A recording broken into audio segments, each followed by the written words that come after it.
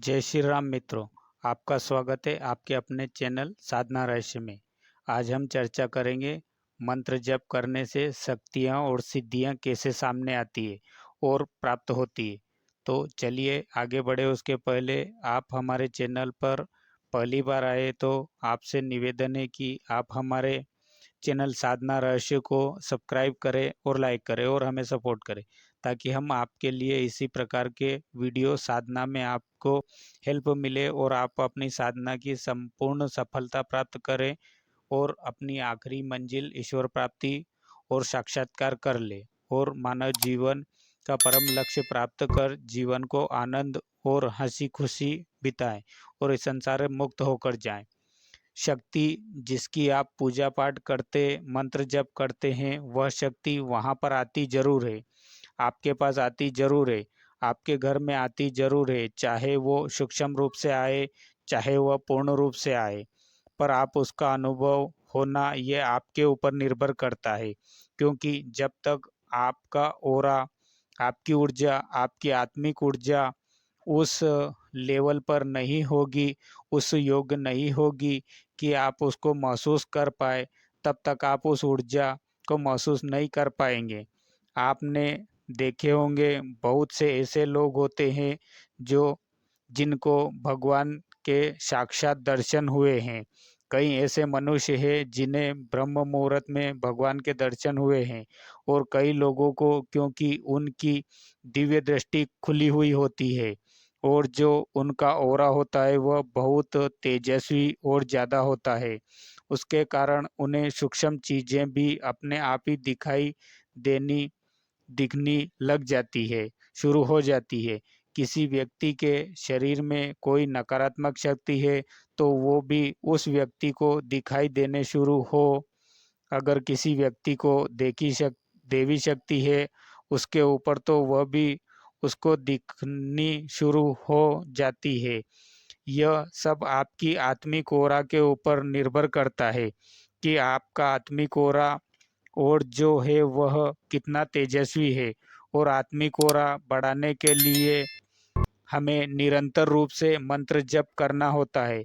इसलिए ब्रह्मचर्य का पालन करना बहुत आवश्यक होता है। ब्रह्मचर्य का पालन करते हुए अगर आप मंत्र जप करते हैं तो आपका ऑरा बहुत ही तेजी से स्ट्रांग बनता है और साथ ही आपके ऑरा में वो पावर आ जाती है कि किसी भी नकारात्मक शक्ति को और किसी भी सकारात्मक शक्ति को आप देख पाएँ और आप नकारात्मक शक्ति को हटा पाएँ।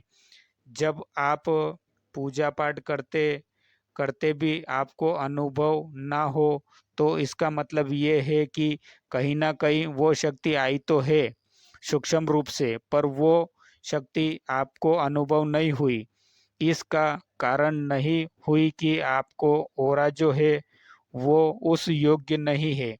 शक्ति आपको सब चीज़ें देने में सक्षम होती है, मंत्र आपको सब चीज़ें देने में सक्षम होते हैं, पर आपकी मेहनत वो बहुत ही महत्वपूर्ण रखती है कि आपने कितनी मेहनत की है।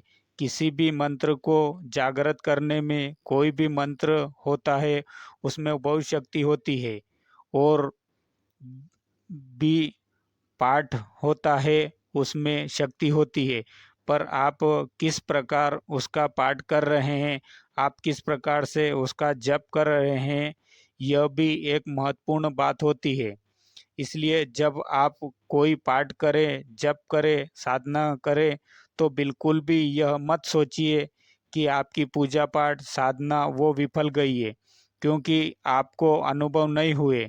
कई बार आप एक दिन की साधना करते, कई बार 3 दिन, 5 दिन, 11 दिन या 21 दिन की साधना करते हैं और आपको कोई अनुभव नहीं होता है, तो मनुष्य यह सोचते हैं कि हमें कोई लाभ हुआ ही नहीं, कोई अनुभव हुआ ही ही नहीं, हमारी साधना, पूजा पाठ, सेवा सफल नहीं हुई। इसका बिल्कुल भी ये मतलब नहीं है।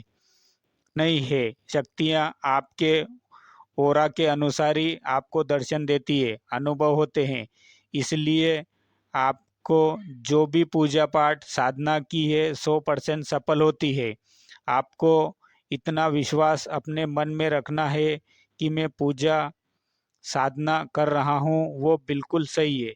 मैं जो साधना पूजा पाठ कर रहा हूँ वो मेरे इष्ट भगवान तक पहुँचेंगे और वो इसको स्वीकार उनको होगी।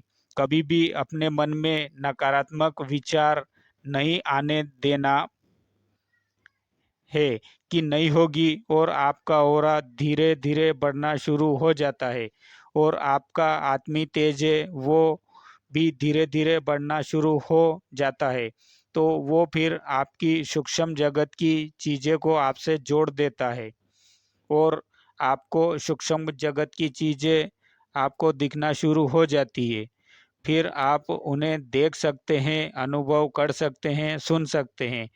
जो शक्तियां हैं वो एक्टिव हो जाती है। सूक्ष्म जगत की चीज़ें देखने, सुनने, समझने के योग्य हो जाते हैं। इसलिए आपके साथ यह सारी चीज़ें घटित होती है। आप कोई मंत्र जाप कर रहे हैं और मंत्र अपना प्रभाव नहीं दिखा रहा है, इसका मतलब क्या है कि आपको मंत्र जाप वो सिद्ध या नहीं है। तो कभी अपने मन में ये भावना मत रखना। जो मंत्र आपने पूर्णिमा को सिद्ध किया था, सूर्य ग्रहण, चंद्र ग्रहण को सिद्ध करने की कोशिश की, वो सिद्ध नहीं हुआ है। पूर्ण विश्वास के साथ वो आपने सिद्ध किया था उसका उपयोग करें और आप देखेंगे उसका प्रयोग करने के बाद वो मंत्र अपना प्रभाव दिखाएगा ही। ऐसा नहीं है आप ये सोचिए वो दिखाएगा ही। एक मंत्र से कई कार्य किए जाते हैं। कई मंत्र ऐसे होते हैं जो सुरक्षा मंत्र होते हैं। कई मंत्रों से सवारी को बुलाया जाता है। कई मंत्रों से सवारी को बांधा जाता है। तो कई मंत्रों से सवारी को बुलवाया जाता है। उसका गट खोला जाता है, उसका कंठ खोला जाता है, बुलवाया जाता है ताकि वो बोले कहाँ से आई है। क्योंकि कई तांत्रिक जो हैं वो नकारात्मक शक्तियों को कंठ को बांधकर भेजते हैं ताकि ये राज ना उगले, ताकि ये बता ना पाए कि ये कहाँ से आई, कैसे आई और ये शक्ति है कौन सी। इसलिए आपको इन चीज़ों का विशेष रूप ध्यान रखना है कि मंत्रों का अलग अलग प्रयोग होता है।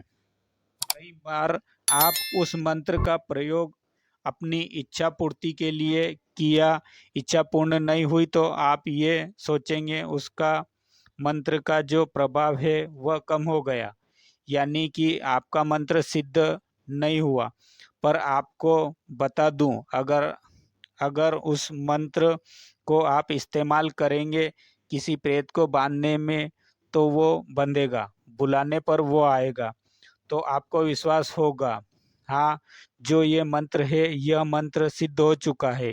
और इस मंत्र का प्रयोग अगर प्रेत पर किया जाए तो ये जो मंत्र है वो अपनी शक्ति दिखाता है। इसी प्रकार से अलग अलग मंत्र होते हैं, उनकी अलग अलग शक्ति होती है। तो अपने मन में पूर्ण विश्वास और निष्ठा के साथ आप मंत्र जाप कीजिए और मंत्र जप की शक्ति को पहचानिए, जानिए कि इस मंत्र जप में कितनी शक्ति होती है। मंत्र बहुत से बड़े बड़े कार्य करने में सक्षम होते हैं और आपको उन सभी चीज़ों को दिला देते हैं जो आपके मन में होती है।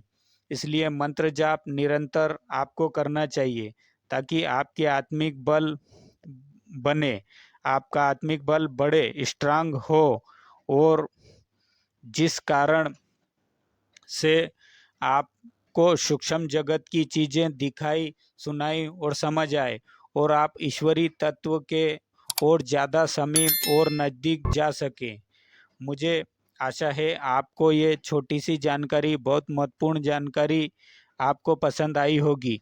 पहली बार आप साधना रहस्य चैनल पर आए हो तो आप चैनल को सब्सक्राइब करें और लाइक करें ताकि हम आपके लिए साधना में आपकी उन्नति हो, ऐसे इसी प्रकार के वीडियो लाते रहें। तो मित्रों चलते हैं, फिर मिलेंगे अगले वीडियो में अगली जानकारी के साथ।